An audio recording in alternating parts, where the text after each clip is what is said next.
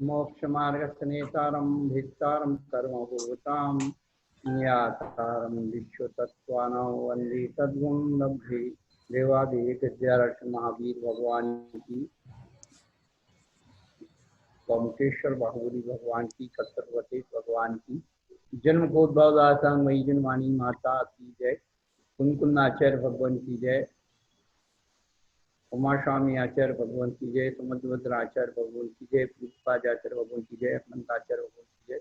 विशि सदी के प्रथमाचार्य चक्रवर्ती आचार्य शांतागर जी महाराज की, कथिति पट्टाधीश आचार्य श्रोमणी गुरुवर की धर्म सागर जी महाराज की, हम शिक्षा गुरु ज्ञान श्रोमणी आचार्य कौशल सागर जी महाराज की तीन कमनाओं महाराज की, धर्मानुरागी भव्य आत्माओं, पिछले दिनों से हम लोग अपने बारे में सुने। हमने अपनी जो ऊंचाइयां पाई हैं, उन ऊंचाइयों के मापदंड को अपने सामने रख लें कि आज हम जहां हैं, जिन परिस्थितियों में हैं, वहां तक हमें किसने पहुंचाया। हम व्यवहारिक जगत में एक पैसे के महत्व से आगे बढ़ते चले जाते हैं और अपनी तरक्की मान लेते हैं, लेकिन परमार्थ में यदि देखा जाए तो पुण्य के बगैर तरक्की नहीं होती है। और वह पुण्य कैसे कमाया जाता है, वह पुण्य कमाने का साधन सद्ग्रस्तों के पास कैसे होता है। जैसे ग्रस्त नए नए साधन और नए नए व्यापार करते हैं, ऐसे ही पुण्य कमाने के लिए भी जब वो पुरुषार्थ करना होता है,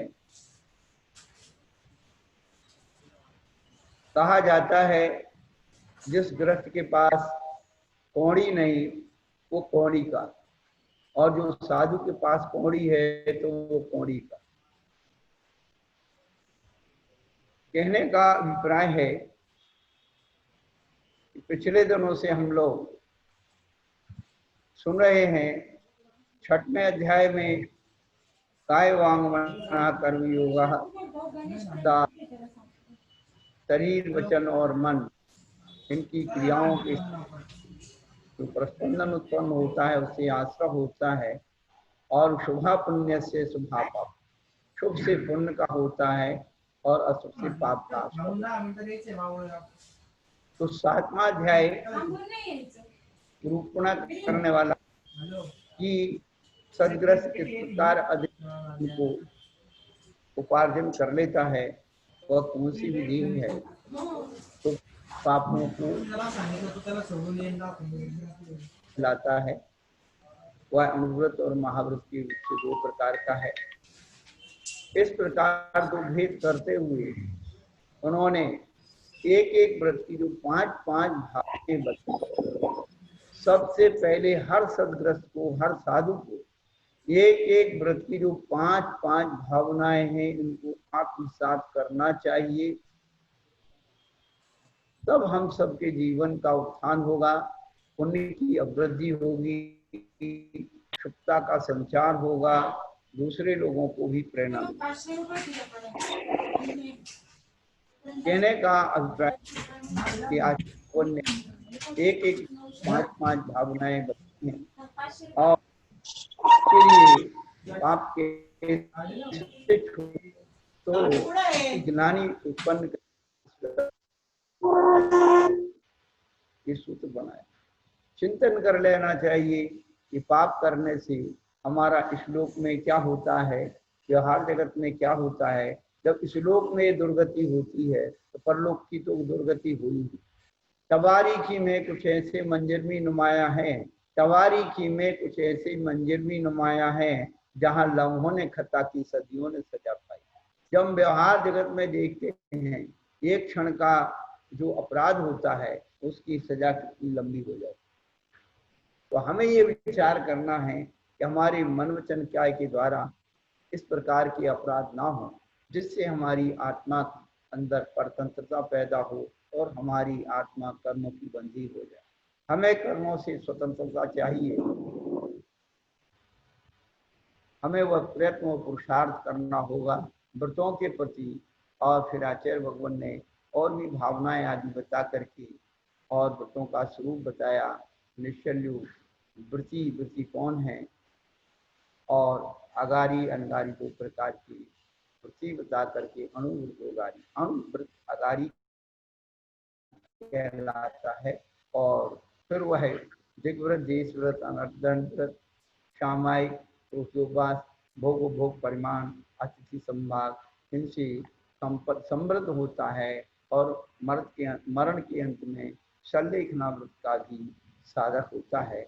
ये सब चीजें उन्होंने क्रम से बताई और फिर उसके बाद एक एक व्रत के अतिचार आदि बताते हुए ले गए थे अंत स्थान पर।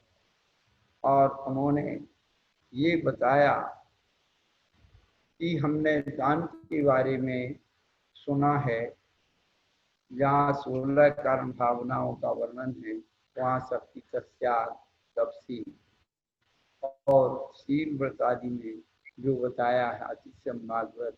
तो प्रभु ये दान क्या चीज है? सबसे पहले दान की जो परिभाषा बताई है, अनुग्रहार्थम शस्याति सर्वो दान। उपकार के लिए, किसका उपकार? और पर के उपकार के लिए जो पुण्य संचय होता है या ज्ञानादि की वृद्धि होती है, हम स्वयं अपने द्रव्य का त्याग करते हैं, उसको पुण्य संचय होता है। और जिसको देते हैं उसके ज्ञान की, तपस्या की वृद्धि होती है। तो दोनों का उपकार होता है। साधु ज्ञानादि दान, साधु ज्ञान दान और अभय दान दे करके दूसरों का उपकार करता है और अपनी विशुद्धि से, क्षुब्धता से अपने आत्मा की परिणाम की रक्षा करता है, इसीलिए स्वयं का उपकार।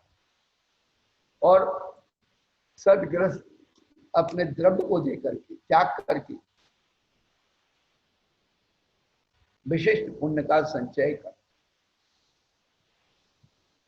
अब पुण्य का संचय करने के लिए ही है कि दान में विशेषता कैसे आती।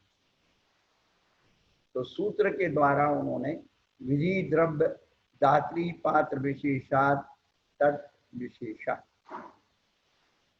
विधि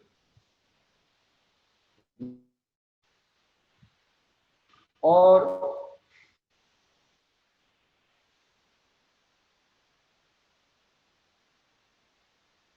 विधि विशेष, द्रव्य विशेष, दाता विशेष और पात्र विशेष, इन चारों में विशेषता, इन चारों की विशेषता से ही दान में विशेषता आती, उसके फल में विशेषता आती। तो परगाहन की जो क्रिया है वह विधि विशेष। स्वामी समदभद्राचार्य ने रत्न कृणक साहबाचार में जहां दान का स्वरूप लिखा है, बहुत अच्छा लिखा है। लोग कहां तक भ्रमित हो रहे हैं ये समझ में नहीं आता। नौ पुण्य प्रतिपत्ति सप्त गुण समाहितेन शुद्धेन अप्सूनारंभाणा मार्याणा मिष्यति दानम। जो दाता है वो कैसा होना चाहिए? दान की विधि 9 पुण्य भक्ति। नवदा भक्ति को आचार्यों ने 9 प्रकार का पुण्योपार्जन करने वाला साधन बताया। नवदा भक्ति में क्या क्या आता है आप सब जानते हैं, इतने साधुओं के संपर्क में रहते हैं, फिर भी आचार्यों ने गाथा के द्वारा उसको कहा पड़ गए मुच्चट्ठाणम पादोदय मंचनम क्षेपणे मम चे मन वयन काय शुद्धि ईशन शुद्धि नैवेहम पुण्यम। ये वसुनंदी श्रावकाचार्य की गाथा है। और ये बताया कि पड़गान करने से पुण्य होता है। 9 पुण्य प्रतिपद, 9 प्रकार से पुण्य। जैसे अपन कभी कभी कहते भैया है 9 कोटि का पुण्य है। कृतकार्त अनुमोदना, मन वचन काय और कृतकार्त अनुमोदन, चिंत्र का 9। तो ये जो है 9 कोटि से पुण्य पालन किया जाता है। 9दा भक्ति 9 प्रकार की पुण्य कमाने का साधन। लेकिन वह कैसी होना चाहिए 9दा भक्ति? तो उसमें 7 विशेष गुण और कि दाता के अंदर भक्ति तो कर रहा है लेकिन वो गुणपूर्ण भक्ति होना चाहिए, तभी वो भक्ति सम्यक हो। तो 7 गुण श्रद्धा, तुष्टि, भक्ति, विज्ञान, मलुप्तता, क्षमा, सत्यम, तस्यैते सप्तगुणा तं दातारं प्रशंसन्ति। ऐसा तलक चौकों में सोमदेव सूरी ने सप्त गुणों का वर्णन किया। तो दाता की जो विशेषताएं हैं, 9दा भक्ति हो, 4 गुण सहित हो, फिर आगे शुद्ध है नहीं, क्योंकि तीनों की विभक्तियां अलग अलग हैं। 9 पुण्य प्रतिपत्ति, सप्त गुण समाहितेन शुद्ध है नहीं। यदि एक पद होता तो सबकी एक ही विभक्ति बना देते, लेकिन तीनों की प्रक्रियाएं अलग अलग हैं। 9दा भक्ति अलग है, 7 गुण अलग हैं और 3 प्रकार की शुद्धि अलग। अब 3 प्रकार की शुद्धि में आप कहेंगे तो मन वचन काय की शुद्धि 3 तो वहां आ गई, तो यहाँ द्वारा नहीं आएगी। तो यहाँ 3 प्रकार की शुद्धि कौन सी है? तो आचार्य कहते हैं सबसे पहले कौलिक शुद्धि, यानी कुल की शुद्धि चाहिए। उसके बाद आचरण की शुद्धि चाहिए और उसके बाद शारीरिक आदि शुद्धि चाहिए। ये 3 प्रकार की शुद्धि पूर्वक जो दान देता है, पर किसको देता है? ये तो दाता की विशेषता हो गई। और पात्र की विशेषता केवल 5 बातों से है। अब सूनारंभान, 5 सूनों के आरंभ से जो रहत हैं वो सभी पात्र हैं। 5 प्रकार के सूना नहीं करते हो। सूना का अर्थ पाप। वो 5 प्रकार के सूना पाप क्या हैं? तो आचार्य कहते हैं खंडनी, प्रेक्षणी, चुल्ली, प्रमार्जनी, पंचसूनाग्रस्तस्य मोक्षं न गच्छति।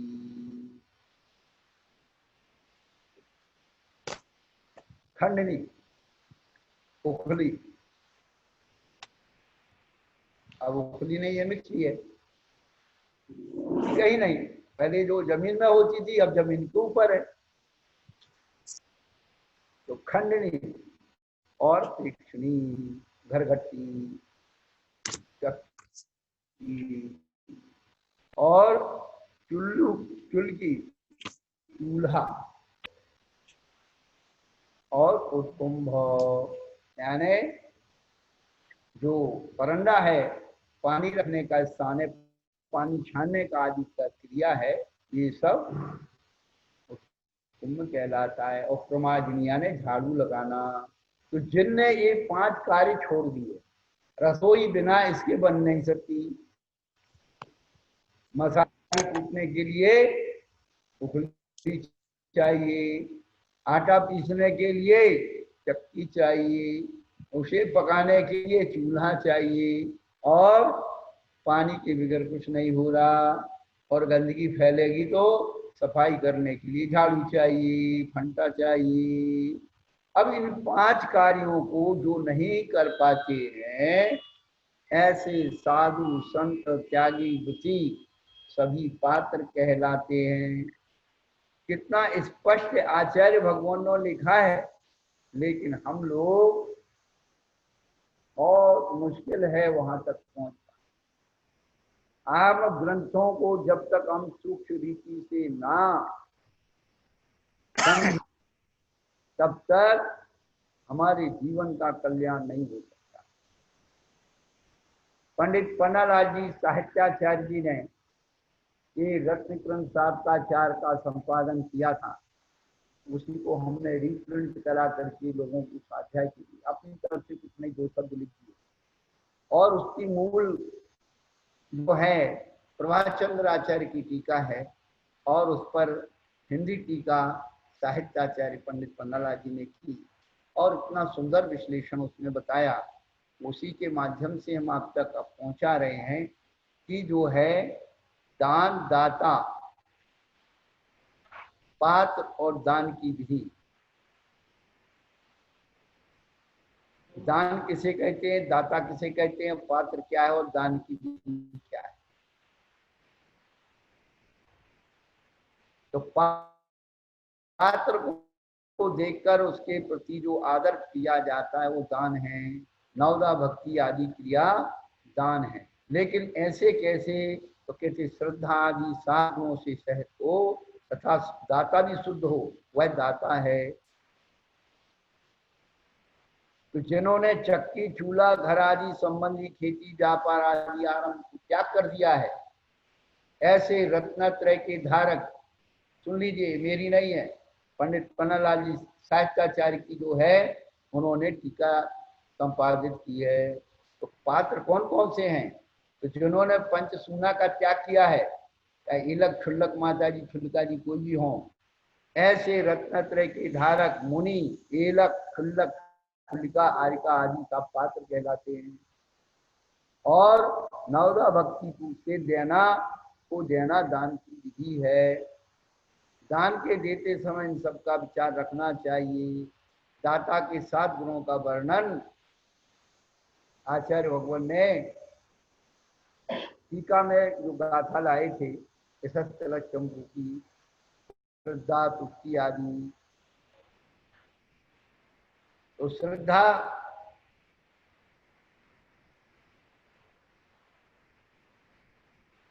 ये अनेक प्रकार की जो है, जिस पात्र को हम दे रहे हैं, दान दे रहे हैं, उसके प्रति पहले श्रद्धा होना चाहिए। और श्रद्धा मूर्ता रहित होती है, श्रद्धा 8 अंग सहित होती है, श्रद्धा 8 मद रहित होती है। बस सम्यक श्रद्धा है। जब पात्र के प्रति ही तुम्हें श्रद्धा नहीं तो दे किसको।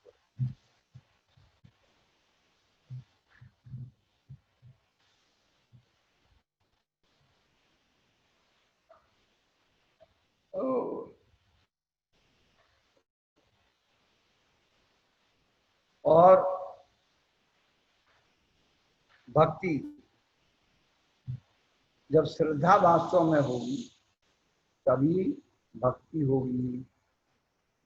और संतुष्टि, निष्कपटता, असूया, अनसूया यानी द्वेष आदि ईर्षा से रहित, विषाद रहित, प्रमुखता और निरहंकारता, ये सब जीवन में दाता के गुण कहलाते 7 गुण। और जो नवदा भक्ति है तो पड़गाहन, प्रतिग्रह जिसको कहते हैं, पात्र को अपनी तरफ भक्ति से, ऐसे नहीं रोते रोते पड़ जा रहे हैं, ऐसे हाव भाव आना चाहिए कि पात्र को भी लगे कि दाता के अंदर क्या भाव झलक रहे हैं, देने की आग्रहता झलक। दान का मतलब ही है कि हाथ जोड़ करके, पैर पकड़ के आग्रह पूर्वक दिया जाता है, तो दान। और पात्र आपके देने से वो प्रसन्न नहीं हो और नहीं देने से नाराज नहीं हो, वो वास्तव में पात्र। और जो आप दे रहे हो उसे उत्साह से नहीं, वो क्या उदासीन भाव से उसे ग्रहण करें। अरे आपने बहुत दिन बाद अच्छा आहार कराया है, और तुम्हारे पिताजी और तुम्हारे दादा बाबा तो बहुत आहार लगे, तुम्हें क्या हो गया है? ये आचार्य कहते पूर्व स्तुति। और आहार करने के बाद खूब गाता कि अरे आज तक ऐसा आहार नहीं मिला, क्या आपने आहार कराया है, ये पश्चात स्तुति। हम सब भूले जा रहे है, कुछ नहीं बचा अपने पास। हम बार बार यही कहते हैं। एक बहन जी 94 की घटना है, यूपी में हमारा प्रवास था, शिविर लगाया, पढ़ा करने आती थी, एक स्वाध्याय करने वाली बहन जी कहने लगी, महाराज हमारे यहाँ अनेक प्रकार के साधु आते हैं, हम कैसे समझें कि सच्चे साधु? हमने कहा बहन जी मेरे पास एक फार्मूला है सच्चे साधु को पहचानने का। सभी को चाहिए तो सच्चा साधु हमें मिल जाए, सभी को चाहिए।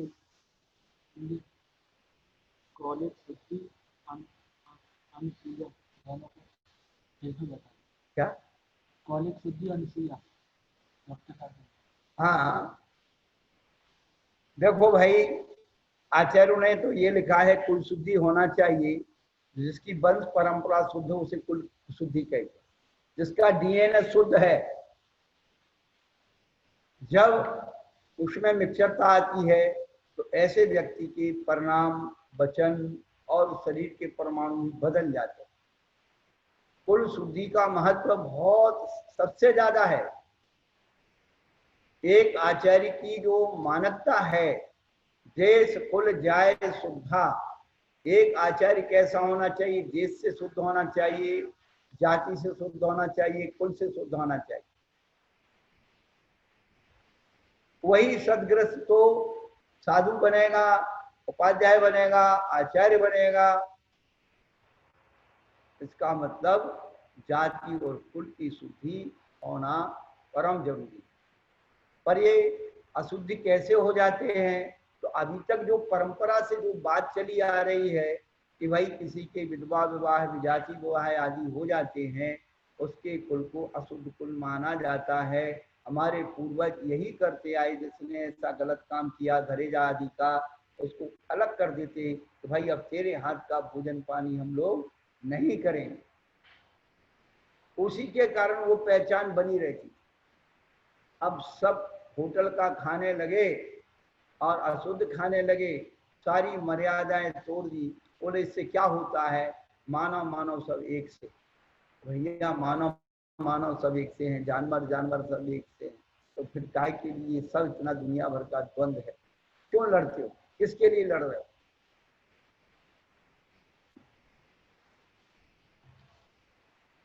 वीरसेन आचार्य भगवान ने धवला पुस्तक की 7वीं पुस्तक का 10वां नंबर का गाथा श्लोक लिखा है कि गोत्र कर्म में उच्च उच्च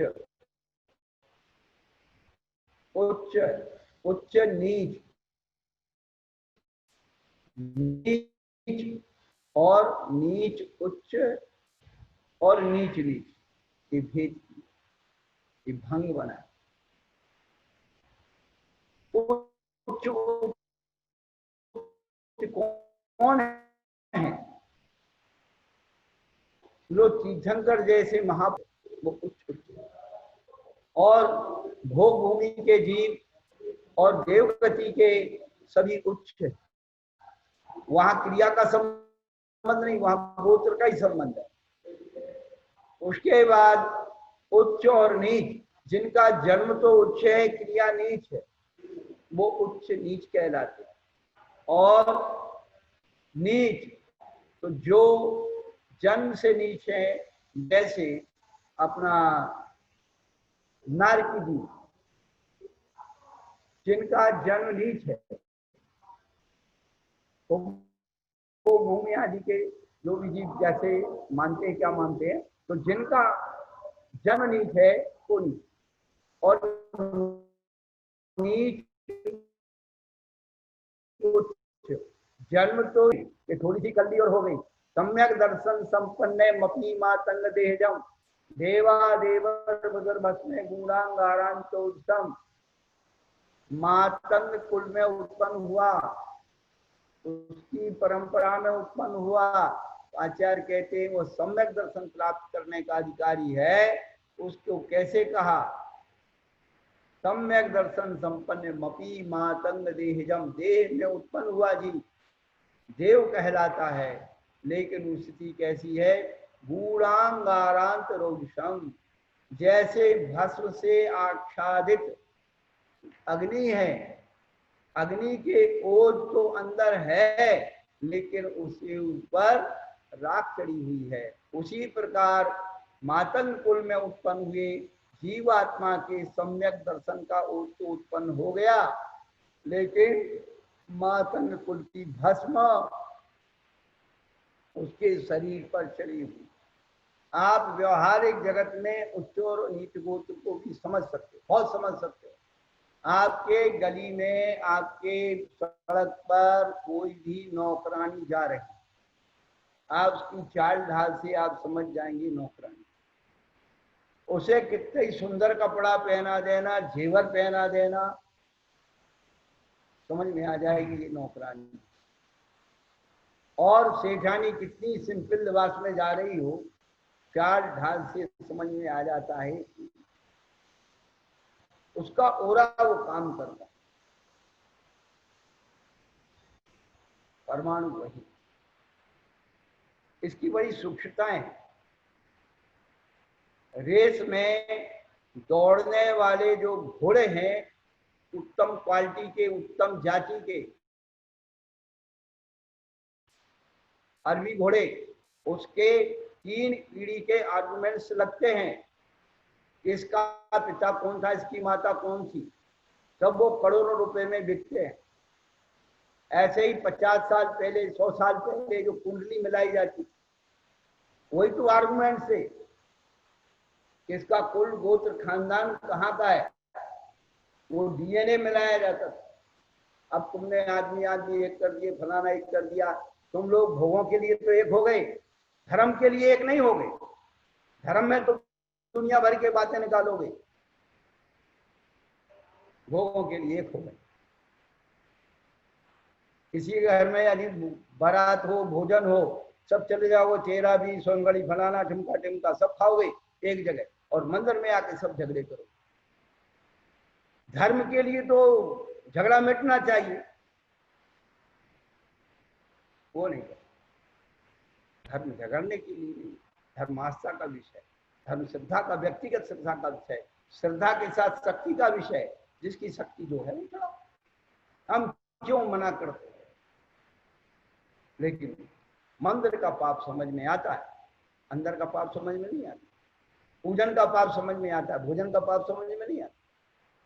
सारी विकृतियों का उद्भव समृद्ध पैसों ने कर। सर्वे गुणा कांचन मास, कहने का अभिप्राय है कि उच्च गोत्र मिला है, कुल की शुद्धि होना जरूरी है।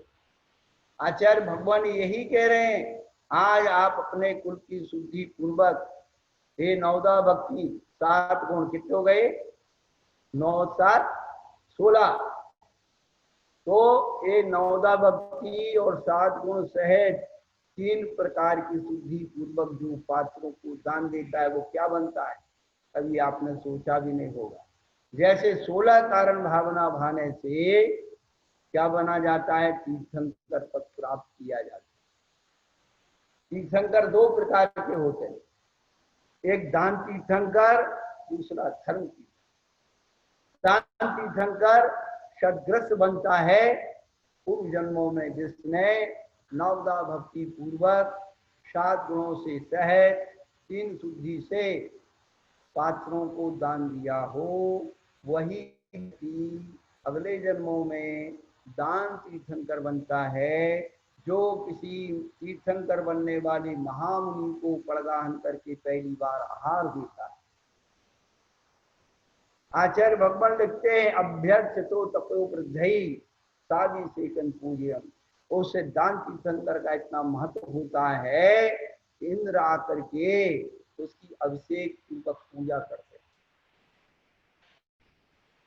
तो सदग्रस्त तो दान तीर्थंकर बनता है और साधु धर्म तीर्थंकर बनता है। साधु बन करके दीक्षा लेकर के 13वें गुरुस्थान में पहुंच करके तीर्थंकर प्रगति आती है और उसे धर्म तीर्थ की प्रवर्तना। तो ये सामान्य चीज नहीं है। दान देना, उसका जो संस्कार बनाना, भव भवान्तर में ऐसे महापुरुषों को अपने हाथ से दी।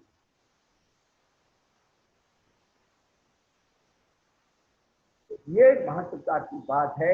हम अपनी बातों से, अपने अहंकार अधिकार से, हम छल कपट से जीत को प्राप्त करते हैं तो घमंड होता है, लेकिन जो सच्चाई से जीत को प्राप्त होते हैं उन्हें गर्व होता है।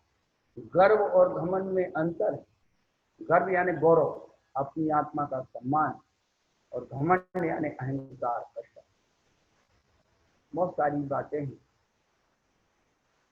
जब हमारे देश के एक प्रथम नागरिक के लिए बहुत सारी शर्तें रखी जाती हैं कानून अनुसार कि देश का प्रथम नागरिक कैसा होना चाहिए, तो हमें जो बचपन में सामाजिक शास्त्र में पढ़ाया गया कि वह सबसे पहले भारत का वासी हो, भारत की नागरिकता हो, भारत में पैदा हुआ हो। हमारे शिक्षा गुरु एक और अच्छी बात बताते हैं, देश की शुद्धि, यही तो देश की शुद्धि के भारत में पैदा हुआ। तो हमारे गुरु महाराज, शिक्षा गुरु महाराज बताते थे कि जब अंग्रेजी शासन था तो अंग्रेजों की जो बड़ी बड़ी मैमें हुआ करती थी अध्यक्ष पदाधिकारियों की, जब वो प्रेग्नेंट हो जाती थी तो उनको वो इंग्लैंड भेज देते, भारत में नहीं रखते थे। क्यों? ये बच्चा भारत में पैदा होगा तो उसे भारत की कानून लागू हो जाएगा। वहां उसी बच्चों को पैदा करती थी, वहां उनका कानून। कितनी बुद्धिमत्ता थी उनको। पैदा तो तुम कहीं भी हो जाओ, जाके रेती में हो जाओ, नदी में हो जाओ, पानी में हो जाओ, तालाब में हो जाओ, लेकिन कितना एक मनोवैज्ञानिकता उनके पास। देश, कुल और जाति की शुद्धता आचार्य भक्ति में कुंद कुंद आचार्य भगवान ने लिखी है, ये मेरी नहीं। परंतु आज केवल भोगों के कारण ये सब पैसा, भोग, भोजन सब समाप्त। ध्यान रखना, धर्म उसी का शुद्ध रहेगा जिस रोटी और बेटी शुद्ध रहेगी। रोटी और बेटी भ्रष्ट हो गई तो तुम कितना ही चावल चढ़ाते रहना, कितना ही सूखा करते रहना, कितना ही गीला करते रहना, कोई फर्क नहीं पड़ता है। भगवान को, तीन लोक के नाथ को आपके चावलों की जरूरत नहीं है। स्वर्गों के देवता आकर के रत्नों के यार कुछ पूजा करते हैं, चढ़ाते हैं, तुम्हारे चावलों से क्या होने वाला। खूब ठंडे दिमाग से, आज नहीं तो कल सोचोगे, और नहीं सोचो तो हमें तो कोई फर्क नहीं पड़ने वाला। हमने तो सोच लिया हमारे पास तो आचार्य भगवान के वचन, हम तो उनके पालन करने की कोशिश करते हैं, आस्था रखते हैं कि भाई इन्हीं वचनों से हमारी आत्मा है।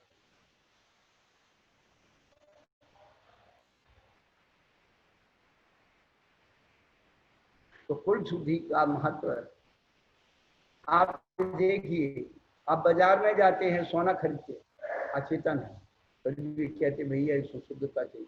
आप हीरा खरीदने जाते हैं तो उसकी भी यदि उसमें जरा सा भी कहीं स्पॉट है, दाग है, क्रैक है, उसकी कीमत खत्म हो जाती। तब एक इंद्रिय पर्याय की अचेतन की इतनी कीमत देखते हो, तुम सैनी पंचेंद्रीय जीव हो, तुम्हारी कितनी शुद्धता होना चाहिए, थोड़े ठंडे दिमाग से स्वयं सोच करके देखो।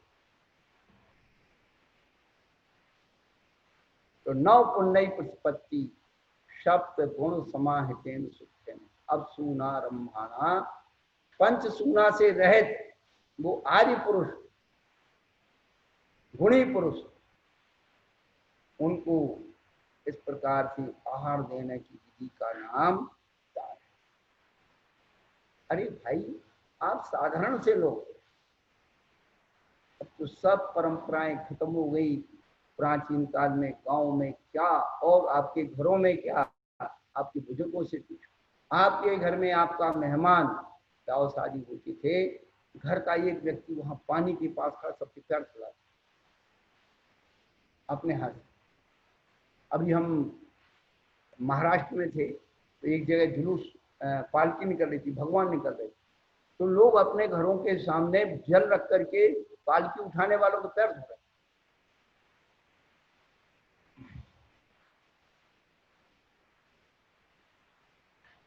पहले घर में जमाई आता था, घर के लोग उसके पैर धुलाते, अष्टोत्तर से उसकी पूजा, जल से पैर धुलाना, बिठाना, भाई साहब बैठिए,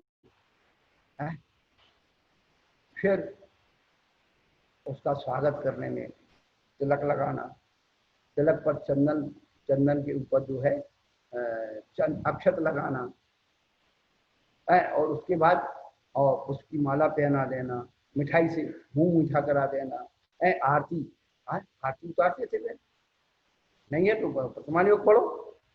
सुकुमार मुनि के घर जब राजा आया, सेठानी ने बड़े सम्मान से और उसकी कपूर की आरती उतारी तो उसको आंसू आ गए, और अक्षत जो सरसों मंगल होता है उसको टिप्पण किया, और जहाँ बैठा तो उसकी ऐसे ऐसे होने लगा, और जो भी सम्मान किया। कहने का मतलब कि सम्मान जो है अतिथि का इसी प्रकार से होता। अब वो तो कुछ भी नहीं बचा, इसलिए घरों की शुद्धि, आत्मीयता, वात्सल्यता सब खत्म है। और जो है फिर जो है सुगंधी लगाते, चित्र वगैरह लगाते, और श्रीफल आदि भेंट में देते, और साथ में फिर वस्त्र आभूषण ये भी उसे भेंट में देती। अर्घ कहलाता है। क्या इस सब द्रव्य मिला के अर्घ नहीं है। अर्घ को यदि आप चिंतन करो, 8 द्रव्यों की अतिरिक्त एक द्रव्य है, उसका नाम अर्घ। कोई भी मूल्यवान वस्तु को भेंट करने, उसका नाम अर्घ। और अब कुछ बचा नहीं तो वही चावल में मिलाए, उनने कहा अर्घ, ये अर्घ ही नहीं है, उसका सूप ही नहीं है। लेकिन चल रहा है जो चल रहा है भाई, हम लोग भी करते आए, ऐसा नहीं कि हमने, लेकिन जब उसका चिंतन किया, उसका स्वरूप समझा तो लगा कि भाई ये सब कुछ। तो बहुमूल्य द्रव्य आप भेंट करते हैं, फिर उसको बिठाल करके और उसकी प्रशंसा करते हैं कि आपकी ऐसे ऐसे गुण हैं, लक्षण है, उसकी जयमाल करते हैं आप। तो कहने का अभिप्राय है कि द्रव्य की सामग्री, ये आराधना तो सामान्य रूप से होती है, लेकिन अपन उसको उपयोग में नहीं लाते या करते। तो अभिप्राय तो यही है कि हमें पहले अपने आप में दाता बनना। तो हम एक बात आपको बता रहे थे, एक बहन जी ने पूछा कि हमारे प्रकार यहाँ बहुत सारे साधु आते हैं, महाराज हम कैसे पहचाने कि सच्चे साधु हैं। हमने कहा बहन जी मेरे पास एक फार्मूला है सच्चे साधु पहचानने का। बहन जी बड़ी खुश। हमने कहा बहन जी, जिससे आपकी अंतरात्मा इस रत्न कर्ण श्रावकाचार के अनुसार सच्चा श्रावक बन जाएगी, उस दिन आपको सच्चा साधु मिल जाएगा। सीधा तो गणित है। आजकल लोग सच्चे गुरु ढूंढना है, इधर जाके उनमें ये दोष है, उधर जाके उनमें दोष है, उनमें उधर ये जाके वहां दोष है। और अरे भाई, सच्चा गुरु ढूंढने की बजाय एक सच्चा शिष्य बनने की, ये देखते रहोगे इस नाव में ये है, इस नाव में वो है, उस नाव में वो है, कभी पार नहीं हो सकते। अब मिथ्या दृष्टि, मुनिराजों से दीक्षा ले लेते हैं और कल्याण हो जाता है। अब मिथ्या दृष्टि जीवों को भी मुनिराज बन जाते, उनको भी आहार भोजन मिलता है, मिलता था, मिलता है और मिल जाएगा। ये आहार कुंकुन आचार्य ने रहनसार में लिख दिया, भिक्षा मात्र प्रदान ने किम परीक्षते, तू केवल 4 रोटी खिलाता है, इतनी परीक्षा कर रहा है साधु। अरे तू अपने जमाई को देख, तो सत्य व्यसनी है, तू उसके हाथ जोड़ता है, सम्मान करता है, भेंट देता है, नोट देता है। क्यों? मेरी बेटी सुखी। यही साधु मिले जो मर्जी आओ निकालते जाओ, मर्जी आओ रखते जाओ, मर्जी आओ करते जाओ। ये ध्यान रखना, साधु के ऊपर जिनवाणी की कृपा, गुरु का आशीर्वाद होता है। आपके केवल 2 रोटी से सिद्धांत को बदल दो, धर्म को बदल दो, एक नमस्कार के लिए, ये साधु का लक्षण। भोग और भोजन तो जिस योनि में जाओगे तैयार है, नमस्कार तो गुंडों को, नेताओं को होता है। तो हमने 2 बातों को पकड़ के सारे धर्म को कचरा कर दिया। इससे अपनी आत्मा का ही हित है। सदग्रस्त को तो 2 ही चीजें मुख्य हैं, दानम पूजा मुख्यम। पुण्य कमाने के आपके पास 2 ही साधन है, दान और पूजा। और साधु को ध्यान अध्ययनम, यदि गम्य, ध्यान करना और अध्ययन करना। जब साधु ध्यान और अध्ययन में होता है तो पुण्य कर्म की प्रक्रिया भी अपने आप धीरे धीरे, यदि ये नहीं हो तो फिर आत्मा कभी भी मोक्ष को जा ही नहीं सकती।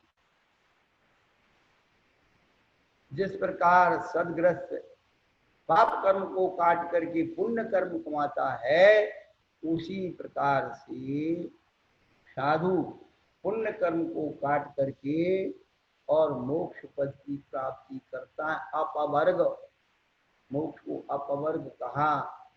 अवर्ग में पुण्य और पाप दोनों होते हैं। दोनों शब्द पुण्य और पाप पा से शुरू होते हैं। अपवर्ग, पवर से रहित तो हो गई आत्मा, वही मोक्ष स्थान। तो पुण्य को भी काटना पड़ेगा, लेकिन आपको ये ध्यान रखना है कि पाप कर्म बिना पुण्य कर्म की कट नहीं सकते। पुण्य कर्म की इंपॉर्टेंस इतनी ही है कि पुण्य कर्म जब करते हैं तो वह पाप कर्म के स्थिति अनुभाग क्षीण होते हैं, पुण्य के बढ़ते हैं। और जब पाप कर्म के स्थिति अनुभाग क्षीण हो जाते, पुण्य रह जाता है, तो वह पुण्य कैसे निकलेगा? तो आप जैसे कपड़ा साफ करने में मैल को साफ करते हैं, साबुन लगाते हैं और खूब कपड़े को कूटते, मशीन में घुमाते, लेकिन भैया जब पाप कट जाता है फिर साबुन रह जाती है पुण्य।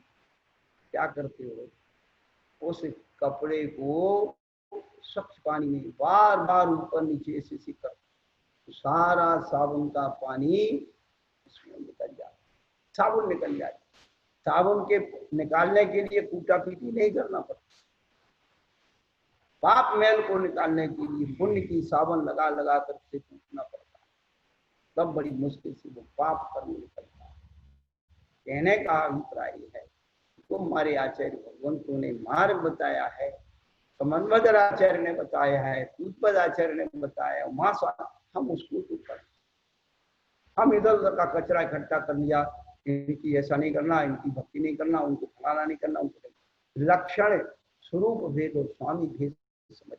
हमें भी मालूम है आप जहाँ कहाँ जो है आप करणानि योग लगाते हो। चरणानि योग में करणानि योग नहीं लगता, करणानि योग में चरणानि योग नहीं लगता। अरे वो फलाने गुणस्थान वाले, वो फलाने गुणस्थान वाले। करणानि योग चरणानि योग को उनकी दोनों विधाएं। करणानि योग में मुनि महाराज कैसे होना चाहिए, करणानि योग के हिसाब से तो छाट में, साथ में, गुणस्थान में विशुद्धोपयोगी महाराज ही करणानि योग। और चरणानि योग में केवल मूल गुणों की पूछना है, या फिर जो भी है आपके श्रावकाचार्य के लिए इतना का विषया सावसाती तो निरारंभो परिग्रह। क्या कोई विषय कसाय की आकांक्षा न हो, विषयासा निरारंभी हो, खेती बाड़ी व्यापार ना करते, और ऐसा परिग्रह ना हो जिससे संयम की विराधना होती हो। ये तो है निषेध रूप। और विधि रूप क्या है? ज्ञान ध्यान तपो रखना। अब देखिए, संबंधभद्र आचार्य का जो श्लोक है ना, इतना प्यारा श्लोक है। संसार में ऐसे बहुत सारे संत हैं जो विषयों की आशा रखते हैं, पत्नियां रखते हैं, हवेलियां रखते हैं, सब दुनिया का खेती बाड़ी करते हैं, सब सुख है, लेकिन ज्ञान ज्ञान सब नहीं है। तो आचार्य के साथी नहीं है, नाम मात्र के साधु है। और ऐसे भी संत हैं क्या, जो ज्ञान ध्यान तब की खूब चर्चा